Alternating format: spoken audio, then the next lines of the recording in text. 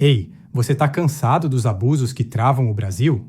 Uma série de vídeos está sendo preparada para o nosso canal, com uma estratégia que pode mudar o jogo de verdade. Curioso? Então se inscreve, ativa o sininho e fica de olho, porque a estreia chega logo. Não é curso e nem pretendemos te vender nada. É mesmo algo a se avaliar para dar um freio de arrumação no país. Imagine uma história onde um homem comum, trabalhando nos bastidores de uma das instituições mais importantes do Brasil, que se vê no centro de uma tempestade política e jurídica. Ele começa como um servidor dedicado, obedecendo cegamente todas as ordens do chefe, mas acaba preso, investigado e hoje temendo pela própria vida. Essa é a história de Eduardo Tagliaferro, um ex-assessor do Tribunal Superior Eleitoral, o TSE, que viu sua vida virar de cabeça para baixo após revelar segredos que abalaram o judiciário brasileiro. Vamos contar essa história desde o começo, com todos os fatos, sem rodeios, mostrando como um caso de violência doméstica se transformou em uma saga de perseguição e denúncias explosivas. Tudo começa em maio de 2023, na cidade de São Paulo. Eduardo Tagliaferro, então chefe da Assessoria Especial de Enfrentamento à Desinformação do TSE, é preso por violência doméstica.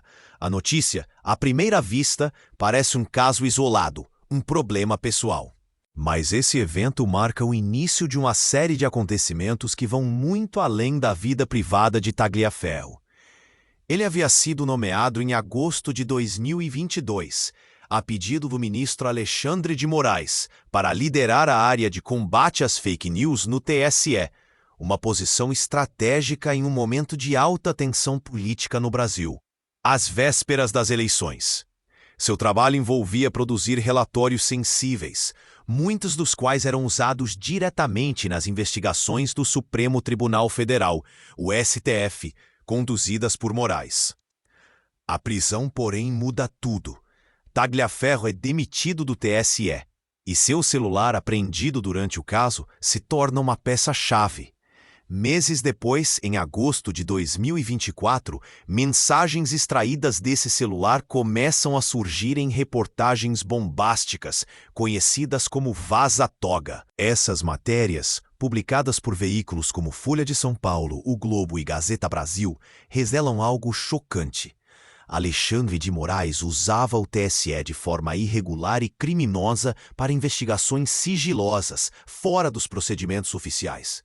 Pedidos informais via WhatsApp incluíam desde a produção de relatórios sob medida contra bolsonaristas até o acesso a dados confidenciais, como fichas criminais de pessoas ligadas a obras na casa de Moraes.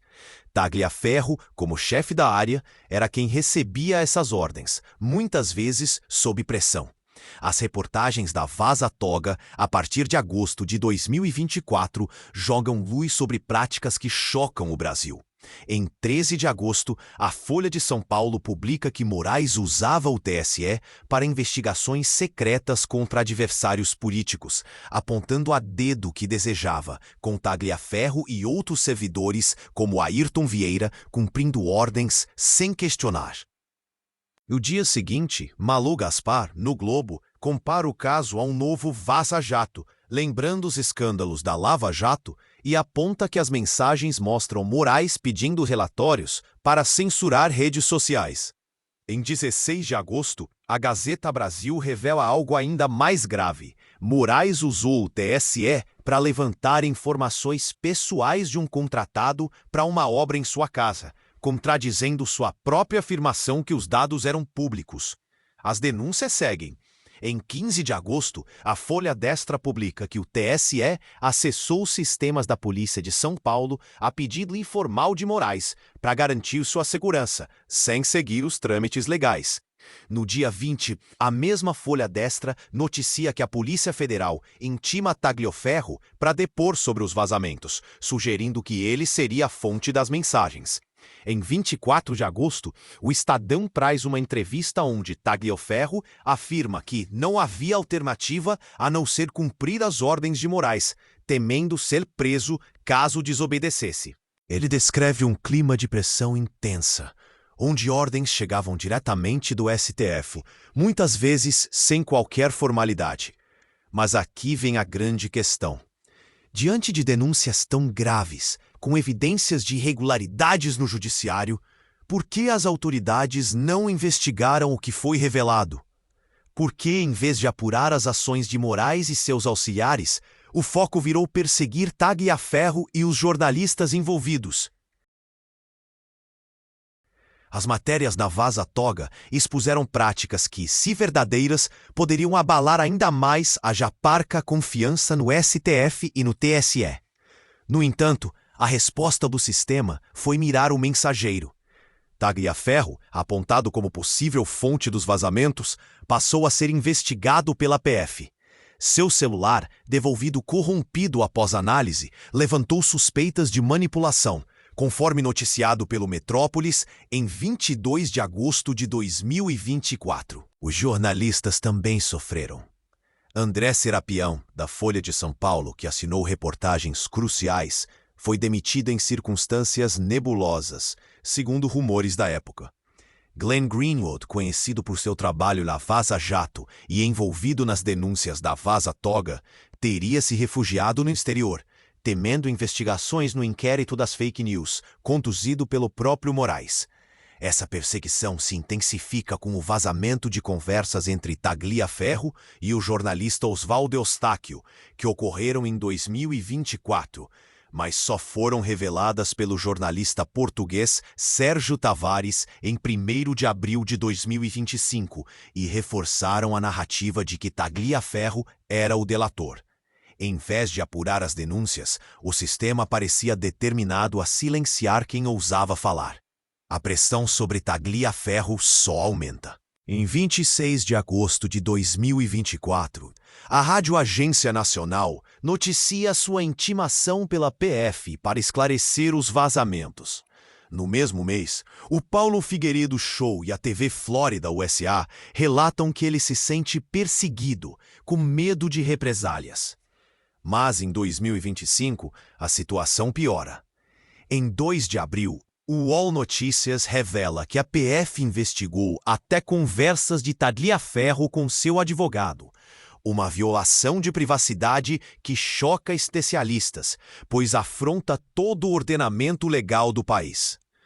No dia seguinte, o mesmo UOL publica que Tagliaferro foi indiciado por vazamento de dados sigilosos, um desdobramento que ele interpreta como retaliação. Em 16 de abril de 2025, a Gazeta do Povo traz uma entrevista onde Tagliaferro expressa abertamente seu medo de Alexandre de Moraes. Ele relata um clima de intimidação que começou no TSE e continua até hoje, com a sensação de que sua vida está em risco. Tagliaferro afirma que as investigações do STF sobre Moraes tinham um viés claro, mirando a direita política, como ele já havia dito em agosto de 2024 em outra matéria da Gazeta do Povo. Agora, em 2025, ele vive acuado, temendo as consequências de ter estado no centro de um escândalo que revelou segredos do judiciário. A história de Eduardo Tagliaferro é mais do que a trajetória de um homem. É um retrato de um sistema que, diante de denúncias graves, escolheu perseguir em vez de investigar. De sua prisão em 2023 à sua luta atual em 2025, Tagliaferro passou de servidor público a alvo de um jogo de poder. As mensagens da Vaza Toga, que ele supostamente ajudou a revelar, expuseram práticas que abalaram a confiança no judiciário. Mas, em vez de respostas, o Brasil viu jornalistas demitidos, um delator acuado e um silêncio ensurdecedor sobre as irregularidades apontadas. Por que as autoridades não investigaram o que foi revelado?